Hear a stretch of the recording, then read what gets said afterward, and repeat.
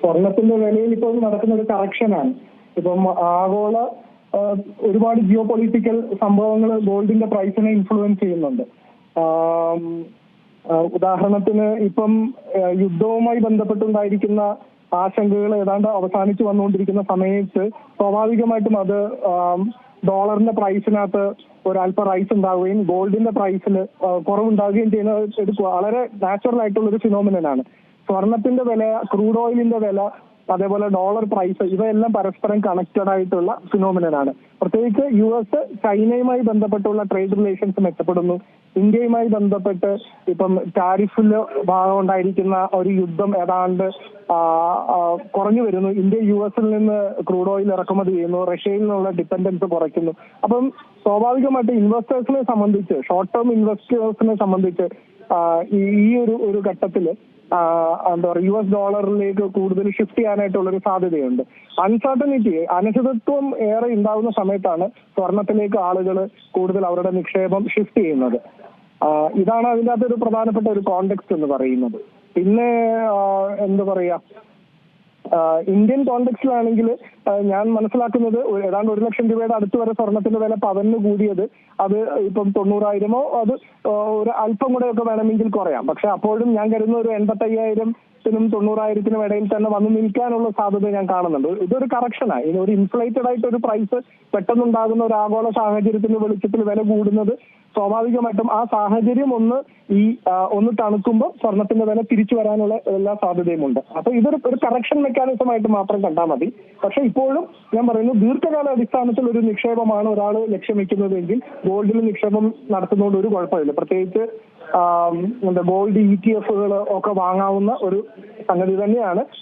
Long ടേമിൽ ഗോൾഡിന്റെ price ഉയർന്നു തന്നെ നിൽക്കും. അത് തന്നെയാണ് നമ്മളോട് ചരിത്രം കാണിച്ചിരുന്നത്. ഷോർട്ട് ടേമിൽ ഇത്തരത്തിലുള്ള പെട്ടെന്നുണ്ടാകുന്ന ഒരു ഇൻക്രീസും ഒരു കറക്ഷന് പിന്നെ വളരെ എന്താ പറയാ, ലോകത്തുണ്ടാകുന്ന മറ്റ് സംഭവങ്ങളുടെ വെളിച്ചത്തിൽ വീണ്ടും വില മുമ്പോട്ട് പോകാം. പക്ഷെ നമ്മൾ അതിന്റെ ഒരു ട്രെൻഡ് പരിശോധിക്കുകയാണെങ്കിൽ ഗോൾഡിന് വില കുറയാൻ സാധ്യതയില്ല. ബട്ട് ഒരു 4-5 വർഷത്തിന്റെ ഒരു പീരീഡ് നമ്മൾ പരിശോധിക്കുകയാണെങ്കിൽ സ്വർണ്ണത്തിന്റെ വില ഉയർന്നു തന്നെ നിൽക്കാനുള്ള സാധ്യത തന്നെയാണ് ഞാൻ കാണുന്നത്.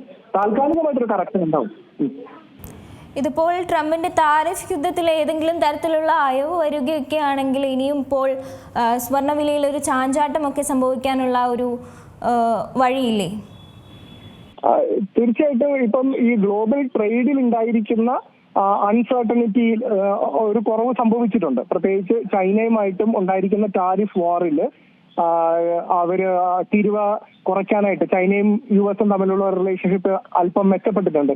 ഇന്ത്യയുമായിട്ടാണെങ്കിലും നരേന്ദ്രമോദി ആണെങ്കിലും എന്താ പറയാ, റഷ്യയിൽ നിന്ന് വാങ്ങുന്ന ക്രൂഡ് ഓയിലിന്റെ ഡിപ്പെൻഡൻസ് കുറച്ചുകൊണ്ട് US നിന്ന് ക്രൂഡ് മേടിക്കാൻ പോകുന്നതോടുകൂടി ടാരിഫ് നമ്മളുടെ രാജ്യത്തിന് പുറമെ ചുമത്തിയിരുന്ന ടാരിഫിലും ചില ഇളവുകൾ വരുത്തിയിട്ടുണ്ട്. കാരണം ഇന്ത്യയെ സംബന്ധിച്ച് ഏറ്റവും അധികം എക്സ്പോർട്ട് സർപ്ലസ് ഉള്ള ഒരു രാജ്യമാണ് US. അപ്പൊ US-നെ പെട്ടെന്ന് അങ്ങ് പിണക്കുക എന്ന് പറയുന്നത് സാധ്യമല്ലായിരിക്കാം. അതുകൊണ്ടായിരിക്കാം ഒരുപക്ഷെ നരേന്ദ്രമോദി US-ന് ഫേവറബിൾ ആയിട്ടുള്ള ഒരു പോളിസി സ്വീകരിക്കുന്നത്. പക്ഷെ അതോടൊപ്പം തന്നെ ബ്രിക്സ് എന്ന് പറയുന്ന മറ്റൊരു ചേരി വളരെ ശക്തമായിട്ടൊന്ന് നിൽക്കുന്നുണ്ട്. ലോകത്തിന്റെ വ്യാപാരത്തിന്റെ സിംഹഭാഗങ്ങളും ബ്രസീലും ഇന്ത്യയും ചൈനയും സൗത്ത് ആഫ്രിക്കയും റഷ്യയും അടങ്ങുന്ന രാജ്യങ്ങളാണ് ട്രേഡിന്റെ ഒരു സിംഹഭാഗവും കൺട്രോൾ ചെയ്യുന്നത്. അപ്പൊ ഈ മാറി വരുന്ന ആഗോള സാഹചര്യമൊക്കെ US-ന് നന്നായിട്ട് അറിയാം.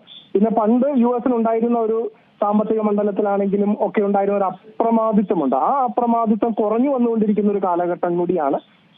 അപ്പം US-ഉം ഒരു എന്താ പറയാണ്, രണ്ടാം ലോക മഹായുദ്ധത്തിന് ശേഷമാണ് US ഒരു വലിയ സാമ്പത്തിക ശക്തിയായിട്ട് ഉയർന്നതും ബ്രിട്ടനിന്റെ നേതൃത്വത്തിൽ ഉണ്ടായിരുന്ന ഒരു ഇമ്പീരിയൽ ശക്തി ക്ഷയിക്കുകയൊക്കെ ചെയ്തത്.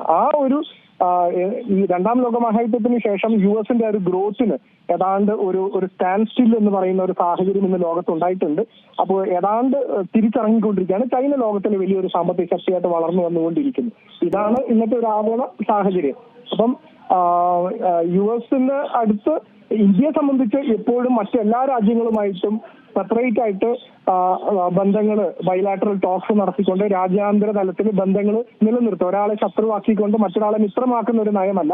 ഒരേ സമയത്ത് തന്നെ റഷ്യയിലുമായിട്ട് നമുക്ക് വ്യാപാരമുണ്ട്, ചൈനയുമായിട്ട് വ്യാപാരമുണ്ട്, US-ന് പിണക്കാൻ പറ്റുന്ന ഒരു സാഹചര്യമല്ല. അപ്പൊ അതേതാണ്ട് വിജയം കാണുന്നുണ്ട്. US നടത്തുന്ന ഇടപെടലുകൾ വിജയം കാണുന്നുണ്ട്. അതുകൊണ്ട് തന്നെയാണ് ഡോളർ ശക്തി ആർജിക്കുന്നതും ഗോൾഡിന്റെ പ്രൈസ് കുറയുന്നതിന്റെ ഫിനോമിന അതാണ്. യഥാർത്ഥത്തിൽ US ഇടപെടലിന്റെ ഭാഗമായിട്ടാണ് ഇപ്പം ഗോൾഡ് വീക്കൻ ചെയ്യുകയും ഡോളർ സ്ട്രെങ്തൻ ചെയ്യുകയും ചെയ്യുന്നത്. അതാണ് ഇന്നത്തെ ഒരു ജിയോ പൊളിറ്റിക്കൽ സിറ്റുവേഷൻ എന്ന് പറയുന്നത്. ഇതിപ്പോൾ സാറ് പറഞ്ഞതുപോലെ തന്നെ ഇപ്പോൾ ഡോളർ മൂല്യത്തിലൊക്കെ വ്യത്യാസങ്ങൾ അല്ലെങ്കിൽ മാറ്റങ്ങളൊക്കെ ഇനിയും സംഭവിച്ചു കഴിഞ്ഞാൽ ഇനിയിപ്പോൾ സ്വർണ്ണവില വീണ്ടും വർദ്ധിച്ച് ഇനിയിപ്പോൾ മുമ്പൊക്കെ മുന്നിൽ കണ്ടതുപോലെ 1 ലക്ഷത്തിലേക്കൊക്കെ പവൻ വില എത്താനുള്ള ഒരു സാഹചര്യം അതൊക്കെ എത്രത്തോളമായിരിക്കും? ആ സാഹചര്യം കൊണ്ട് ലോങ് ടേമിൽ ഞാൻ പറഞ്ഞല്ലോ, ഷോർട്ട് ടേമിലാണ് ഈ പറയുന്ന പെട്ടെന്നുണ്ടാകുന്ന കയറ്റവും പെട്ടെന്നുണ്ടാകുന്ന ഇറക്കവും ഉണ്ടാകുന്നത്. ലോങ് ടേമിൽ ഗോൾഡ് സ്ട്രെങ്തൻ ചെയ്യാൻ ചെയ്യും. കാരണം എപ്പോഴും ആഗോള സാഹചര്യങ്ങൾ മാറി വന്നുകൊണ്ടിരിക്കും. യുദ്ധം, രാഷ്ട്രങ്ങൾ തമ്മിലുള്ള സംഘർഷങ്ങൾ, വ്യാപാര യുദ്ധമൊക്കെ വന്നുകൊണ്ടേയിരിക്കും. ഇപ്പൊ തന്നെയാണെങ്കിൽ US വെനിസ്വേലയ്ക്കെതിരെ യുദ്ധസമാനമായ സാഹചര്യം നിലനിൽക്കുന്നുണ്ട്. അപ്പൊ ഇത്തരം സാഹചര്യങ്ങൾ വീണ്ടും വഷളാവും. സ്വാഭാവികമായിട്ടും ജിയോ പൊളിറ്റിക്കൽ ടെൻഷൻസ് ഇൻക്രീസ് ചെയ്യുമ്പോൾ സ്വർണത്തിന്റെ പ്രൈസ് ഇൻക്രീസ് ചെയ്യുകയാണ് ചെയ്യാം. ഞാൻ അതുകൊണ്ടാണ് പറഞ്ഞത് ലോങ് ടേമിൽ ഗോൾഡ് സ്ട്രെങ്തൻ ചെയ്യുകയാണ് ചെയ്യും. അപ്പൊ അതുകൊണ്ട് താൽക്കാലികമായിട്ട് സ്വർണ്ണവിലയിൽ ഉണ്ടാകുന്ന കുറവ് നമ്മൾ അത് കണ്ടിട്ട് ആശങ്കപ്പെടേണ്ട കാര്യമൊന്നുമില്ല. അല്ലെങ്കിൽ സ്വർണം ഒരു ഇപ്പൊ ഈ കറക്ഷൻ നടക്കുമ്പോൾ കുറച്ചും കൂടി ചിലപ്പോൾ വില താഴേക്ക് വരുവാണെങ്കിൽ സ്വർണത്തിൽ നിക്ഷേപം നടത്താൻ ആഗ്രഹിക്കുന്ന ആളുകളെ സംബന്ധിച്ച് അതൊരു നല്ല സമയമായിട്ട് കണക്കിലെടുക്കുകയും ചെയ്യാം. ഏറ്റവും പുതിയ വാർത്തകളും വിശേഷങ്ങളും വിരൽ തുമ്പിലറിയാൻ സീ മലയാളം ന്യൂസ് എല്ലാ ഡിജിറ്റൽ പ്ലാറ്റ്ഫോമുകളിലും ലഭ്യം.